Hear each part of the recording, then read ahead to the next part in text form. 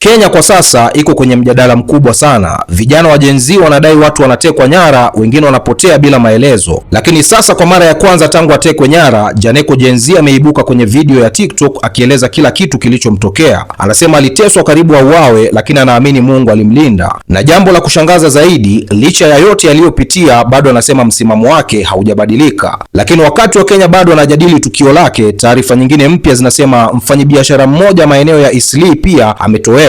Je, nini hasa kinaendelea Kenya? Leo nitakuonyesha video zote, ushuhuda wake na reactions ambazo zimechochea mjadala mkubwa mitandaoni. Kama unavyojua, katika miezi ya hivi karibuni Kenya imekuwa na mjadala mkubwa sana kuhusu mjadala wa abductions na watu kupotea ghafla. Vijana wengi wa Gen Z wamekuwa wakizungumza sana kuhusu haki, siasa na mustakabali wa nchi, lakini baadhi yao wanadai kwamba kuna watu ambao wananyamazishwa kwa nguvu. Miongoni mwa vijana waliotajwa sana ni kijana anayejulikana kama Janeko Gen Z. Baada ya siku kadhaa za kutoweka na Wakenya wengi kuuliza alipo, hatimaye Janeko ameonekana kwenye video moja ya TikTok akiongea kwa mara ya kwanza tangu tukio hilo. Katika video hiyo, Janeko anasema kwamba licha ya mateso aliyopitia, anaamini Mungu alimlinda na kumpa nafasi nyingine ya maisha. Maneno yake yamegusa watu wengi sana mitandaoni, huku baadhi wakisema huu ni ushuhuda wa nguvu ya imani.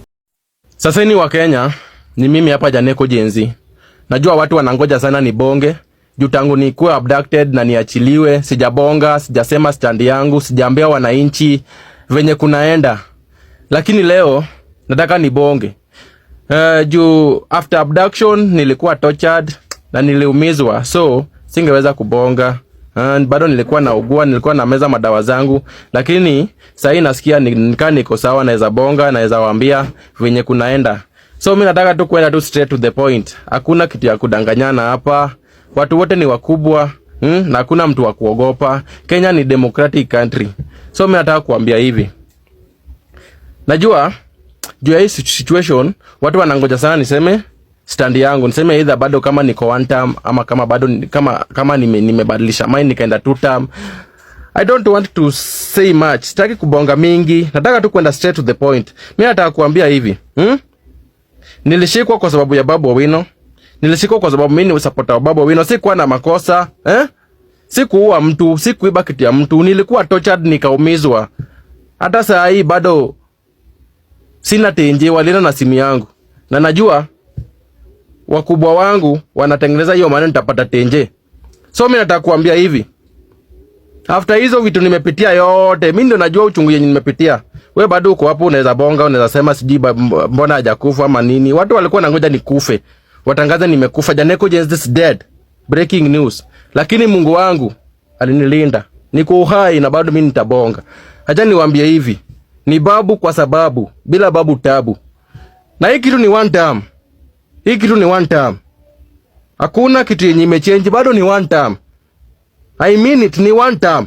Sasa kama ulikuwa unangoja niseme two time, juu nimekuwa abducted nikateswa, I can't. Kama unataka niseme two time, wewe kuja uniambie agenda zako na uniambie mbona unataka niende two time mimi. Mimi nateseka bwana. Mimi nateseka, mimi ndio najua kenye napitia. Na mimi ndio nimejua kenye nimepitia kwa hiyo gari ya DCI. Wewe msinipime akili mimi sio mtoto. Na mimi sitaogopa mtu. Kwendeni huko. One time. Na team nilinda wananchi. Babu, Sifuna, Orengo, Osotsi, Kibagendi. Tafuteni venye mnaweza saidika. Lakini hiyo haikuwa video pekee. Katika video nyingine ambayo pia imeenea sana kwenye mitandao ya TikTok, Janeko alieleza jambo la kutisha zaidi. Anasema alikuwa karibu sana kuuawa. Katika kauli hiyo, Janeko anasema kama si pressure kubwa kutoka kwa watu wa mitandaoni na sauti za Wakenya waliokuwa wanamuulizia, basi inawezekana leo asingekuwa hai. Lakini jambo ambalo limezua mjadala mkubwa zaidi ni pale aliposema kwamba licha ya yote yaliyomtokea, msimamo wake bado haujabadilika, na hata alitaja kwamba bado anaunga mkono viongozi kama Babu Owino. Kuambia kitu moja. After mimi kuwa abducted, niliteswa, nilikuwa tortured. I was almost killed. Kama sio pressure ya social media, mimi sasa ningekuwa maiti, ningekuwa huko Musiti Muchari, ningekuwa sasa nachangiwa pesa niye nizikwe. Lakini nataka kuambia hivi, mimi nimefeel uchungu. Hii kitu imebidi nimerudi drawing board. Na mimi sijarudi drawing board kufuta vitu yenye nishaandika. Nimerudi drawing board kusign new contract na kuongeza contract yangu. Mimi nataka kuambia hivi. Mimi ni Babu Owino. Damu. Na ni babu kwa sababu kama kuna tabu ana jawabu la adabu. Na bila babu tabu, Nairobi 2027 governor tushajua ni nani, ni Babu Owino. Senator tushajua ni nani, ni Edwin Sifuna. Wacheni waambie hivi, kama ingekuwa mtu mwingine ndiye ameteswa venye nimeteswa hivi, angesema tu siasa kando. Siasa haitaki uoga. Siasa haitaki uoga. Mimi nataka kuambia hivi, mimi nimeteswa, lakini hata munitese, nitakufa na babu wetu. Mimi nitakufa na babu. Babu ndiye amepitia shida kama mimi. Mimi pia sijasomeshwa sana kwa sababu ya school fee. Babu alikuwa anasomeshwa na changa. Kwa nani ajui? Mumuite Muhindi, mumuite Patel, museme ameoa Mkikuyu. Mimi nitakufa na yeye. Wacheni niwaambie ukweli. Mimi nasema ni one time. Na sita change mind yangu. Na sasa ndio sasa nataka kupiga siasa. Kama kuwa na stand ni dhambi, kujeni sasa. Muniue. Baada ya tukio la Janeko kusambaa mitandaoni, Wakenya wengi walitoa maoni yao, lakini kuna video moja ya mwanadada mmoja wa Kenya ambayo imevutia watu sana. Mwanadada huyo aliwatumia ujumbe mkali wale wanaodaiwa kutumiwa kuwateka wengine. Katika ujumbe wake, mwanadada huyo aliwaonya watu wanaodaiwa kushiriki katika vitendo hivyo, akisema kuwa siku moja ukweli utajulikana. Video hiyo imezua mjadala mkubwa sana tangu siku hiyo mitandaoni, huku baadhi ya watu wakimuunga mkono na wengine wakisema serikali inapaswa kutoa majibu. Janeko amekuwa abducted na wenye wamemwabduct inasemekana ya kwamba ni walikuwa wamemwabduct ni magoons wa Raymond Omolo. Guys, coming to think who is this Raymond Omolo? Sijui mbona Wajaluo tunataka tu Mungu. Tunataka pastor kuje tu ni pato hizi pastor fake. We need a real pastor kuje kuambia Wajaluo. Like laws are being used as trash, as tissues. Yani Wajaluo wanatumika vibaya. Not only the leaders, not only the young youths, mnatumika vibaya kuwa Wajaluo wenzenu. Shame on you. Sahi kuna mtu mwenye is lying inside the mortuary in the name of Raymond Omolo. But ukikuja kusema kitu kama hiyo, then your life is being attacked. Why? Mnataka kutuweka tisa hii nchi yetu ianze kukua kama nchi ya Museveni, that we don't have right to support the person that we want to support. We don't have right to speech. Ati ukisema kitu kidogo unatafuta uwawe. Nani alisema hivyo? Stop risking our life, guys. Nyinyi kwanza Raymond, there is no one elected this man. This man was just appointed. Ulikuwa appointed. But the way you are using the youth is not good. You are using our brothers and sisters to kill us, to finish us. For what? So you want us the next time we elect you as a leader. Tunaenda wapi na mnyama? We need true leaders. Tunataka ma leaders wenye wako na utu. Sima leaders ka nyinyi, ati hatuwezi ongea, tukiongea tunawawa. Tukiongea kitu kidogo, when we say something, when we support the person that we want to support, then we endanger our life. That is not the way we're supposed to live, bana. Sahi amekuwa abducted, atujia ako wapi? Mwingine ako mortuary, life yake ishaenda hivyo. We are born once, and it is very good for us to die as a legend. Tujue tunapigania nini? Maisha imetuchosha. Mnaona venye sahi uchumi inakaa, life inakaa na watu. Maisha sahi hadi kai kama ya kitambo. Then when we say that we need new leaders to change the community, mnatumia vijana wetu. Siku moja utatuma hao magoons, ikuwe siku mbaya kwao, wamekula do, wanaenda wanauana. Ama magoons sasa watumwe, Raymond atoe magoons, Babu atoe magoons, President atoe magoons, sijui nani atoe magoons, tunapatana kwa uwanja. You are making the youths to create the enmity between them. Hawezi kuwa na urafiki. Hatunatumia best yangu kwa mwingine una expect mimi nitampenda ka nani? No. The same leaders that are supposed to put us together are the same leaders that are using us to kill each other. Basi mbona tunaishi? Mbona tuna elect leaders? We have to follow your example. We are being told we follow you, we follow the example of our leaders. Tutafollow example ya mwenye hataki maisha mengine iendelee. Ataki kukatazwa kitu, ataki kuambiwa, then why are you elected? Why are you elected? Sahi kitu isifanyike mumwabduct, it is good, but kitu isimfanyike memua, because it will never be well. I'll make sure mmerelease you kijana. Even if I don't have power to do something, the world is there. Watu wakijitokelezea sahi Raymond Omolo, wanataka ile vita ya tukijitokelezea sahi kwa kiwanja. Unajua ni wangapi watakufa, but you also your life will be in danger. Tuwache kutumika vibaya.